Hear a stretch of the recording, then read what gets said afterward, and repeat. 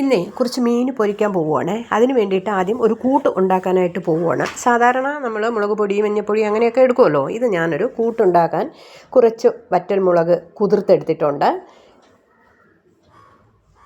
കുറച്ച് കുരുമുളക്, വെളുത്തുള്ളി, ചെറിയ ഉള്ളി, കറിവേപ്പില, ഇത്രയുമാണ് ഞാൻ എടുത്തിട്ടുള്ളത്. ഇതൊന്ന് മിക്സിയിലോട്ട് ഒന്നിട്ട് അടിച്ചെടുക്കണം. അടിച്ചെടുത്താൽ പോരെ, നല്ലവണ്ണം ഒന്ന് അരച്ചെടുക്കണം. മിക്സിയിലോട്ട് ഇട്ടിട്ടുണ്ട്. ഇനി ഇച്ചിരി മഞ്ഞൾപ്പൊടി ചേർക്കാം, കുറച്ച് ഉപ്പും കൂടെ ചേർത്തിട്ട് നല്ലവണ്ണം ഇതൊന്ന് ഫൈനായിട്ട് അരച്ചെടുക്കാം. സാധാരണ പൊടി ഉപയോഗിക്കുന്നതിനേക്കാളും കുറച്ചുകൂടെ നല്ലതാണ് മുഴുവൻ മുളകൊക്കെ നമ്മൾ കുതിർത്തരയ്ക്കുന്നത്. ഭയങ്കര ടേസ്റ്റാണ് കേട്ടോ. ഇതൊന്ന് അരച്ചെടുക്കാം. അല്പം വെള്ളം കൂടെ ഒഴിക്കാം അരച്ചെടുക്കുന്നതിന് വേണ്ടിയിട്ട്. നല്ലവണ്ണം അരച്ച് മഷി പോലെ അരച്ചെടുത്തിട്ടുണ്ട്. ഇതാണ്ടോ, ഇങ്ങനെ വേണം അരച്ചെടുക്കാനായിട്ട്. ഇനി ഇതിനൊരു മാറ്റി വയ്ക്കാം. എന്നിട്ട് എനിക്കിന്ന് കുറച്ച് കുഞ്ഞൻ നെന്മീനാണ് കിട്ടിയിട്ടുള്ളത്. നെന്മീനിൻ്റെ കുഞ്ഞുങ്ങളാണ് കിട്ടിയിട്ടുള്ളത്. അപ്പോൾ ഇതൊന്ന് വൃത്തിയാക്കിയിട്ട് വരാം. കണ്ടോ, കുഞ്ഞു മീനാണ് കിട്ടിയത്. എന്നാലും കുഴപ്പമില്ല, നെന്മീൻ പൊരിച്ചെടുക്കാൻ ഭയങ്കര ടേസ്റ്റാണ്. കഴിച്ചാൽ നെന്മീൻ ചെറുതായാലും വലുതായാലും ഭയങ്കര ടേസ്റ്റാണ്.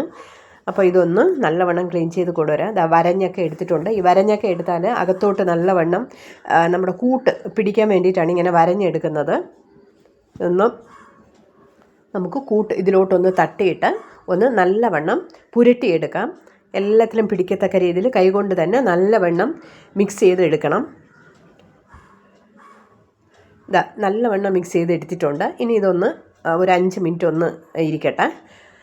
അത് കഴിഞ്ഞതിന് ശേഷം നമുക്ക് പൊരിക്കാനെടുക്കാം. 5 മിനിറ്റൊക്കെ കഴിഞ്ഞിട്ടുണ്ട്. ഇനി പൊരിക്കാനായിട്ട് ഒരു പാൻ അടുപ്പിലോട്ട് ഒന്ന് വയ്ക്കാം, ഗ്യാസിലോട്ടൊന്ന് വയ്ക്കാം. എന്നിട്ട് ഇച്ചിരി എണ്ണ ഒഴിച്ചിട്ടുണ്ട്. ഇനി അതിൻ്റെ കൂടെ കുറച്ച് കറിവേപ്പില ഇടുവാണ്. കറിവേപ്പില ഇടുന്ന വേറൊന്നിനുമില്ല, അടിയിൽ മീനൊന്ന് പിടിക്കാതിരിക്കാൻ വേണ്ടിയിട്ടാണ്. നമുക്ക് ഇളക്കി എടുക്കാനൊക്കെ മറുസൈഡൊക്കെ മറിച്ചെടുക്കാനായിട്ട് നല്ല എളുപ്പമായിരിക്കും. അല്ലെങ്കിൽ ഇതിൻ്റെ അടിയിലൊക്കെ പിടിച്ചു പോയാൽ പിന്നെ പാടാണ്, പൊടിഞ്ഞു പോവും മീൻ. അതുകൊണ്ടാണ് ഇങ്ങനെ എണ്ണ ഒഴിക്കുന്നത്. എണ്ണ ഒഴിച്ചു, മീനെല്ലാം പറക്കി ഇട്ടിട്ടുണ്ട്. ഇതൊന്ന് ഒരു 2 മിനിറ്റ് ഒന്ന് കിടക്കട്ടെ. അപ്പോൾ ഒരു സൈഡ് ഒന്ന് ചെറുതായിട്ടൊന്ന് വെന്ത് കിട്ടും.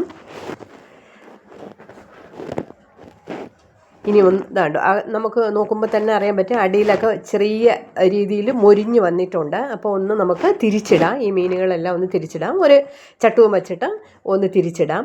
ഒന്ന് തിരിച്ചിട്ടിട്ടുണ്ട്. ഇതാണ്ടോ, അപ്പം ഒരു സൈഡ് ഏകദേശം വെന്തിട്ടുണ്ട്.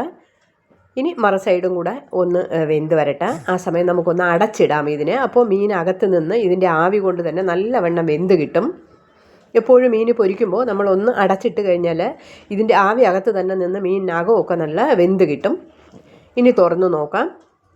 ഇതാണ്ടോ, നല്ലവണ്ണം വെന്ത് മൊരിഞ്ഞ് വന്നിട്ടുണ്ട്. കണ്ടോ, നമ്മൾ അരച്ച് വെച്ചിരുന്ന കൂട്ട് കുറച്ചേ എടുത്തിട്ടുള്ളൂ. ബാക്കി മാറ്റി വയ്ക്കുക. ഫ്രിഡ്ജിലൊരു പാത്രത്തിൽ വെച്ചിരുന്നാൽ നമുക്ക് 3-4 ദിവസമായിട്ട് നമുക്ക് ഉപയോഗിക്കാം. രാവിലെയൊക്കെ പെട്ടെന്ന് വെപ്രാളത്തിൽ നമുക്ക് അരയ്ക്കാനൊന്നും പറ്റത്തില്ല. അതുകൊണ്ട് നമുക്ക് ഇത് അരച്ച് സൂക്ഷിച്ച് വയ്ക്കാം. എത്ര ദിവസം വേണമെങ്കിലും ഇതിൻ്റെ അരപ്പ് ഇരിക്കും. നല്ലവണ്ണം മൊരിഞ്ഞ് വന്നിട്ടുണ്ട്. ഇനി ഒരു പാത്രത്തിലോട്ട് മാറ്റാം. അപ്പം നിങ്ങളും ഇങ്ങനെ ഒന്ന് മീൻ പൊരിച്ചെടുക്കുക. Okay, by.